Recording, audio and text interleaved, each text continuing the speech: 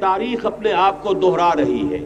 آج بھی new world order, geo world order در حقیقت یہود کی ریشہ دوانی، در حقیقت زائنسٹ موومنٹ تقریباً 100 برس پہلے جو شروع ہوئی، اس سے بھی 100 برس پہلے آرڈر آف دی ایلومیناٹی، جس کا شکار ابھی آپ کا عمران خان بھی ہو گیا ہے، وہ آرڈر آف دی ایلومیناٹی 1776 میں قائم کیا گیا تھا. یہودیوں کی سازش وہ آج تک چل رہی ہے. فرنگ کی رگے جہاں پنجے یہود میں ہے.